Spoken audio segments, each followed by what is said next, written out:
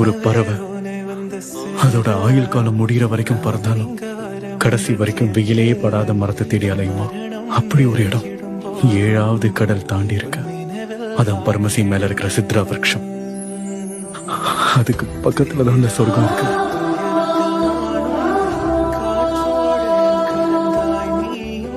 உயிரா நேசிச்சவங்க, நமக்கு முன்னாடி இறந்து போனவங்க, தேடியும் கிடைக்காதவங்க, அவங்க எல்லாரும் நமக்காக அங்கதான் காத்திருப்பாங்க.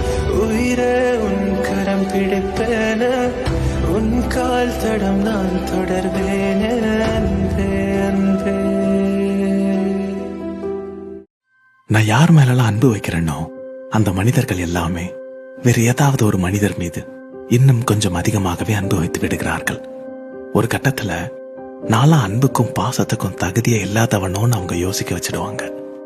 இதுல என்ன தெரியுமா கொடூரமான விஷயம்?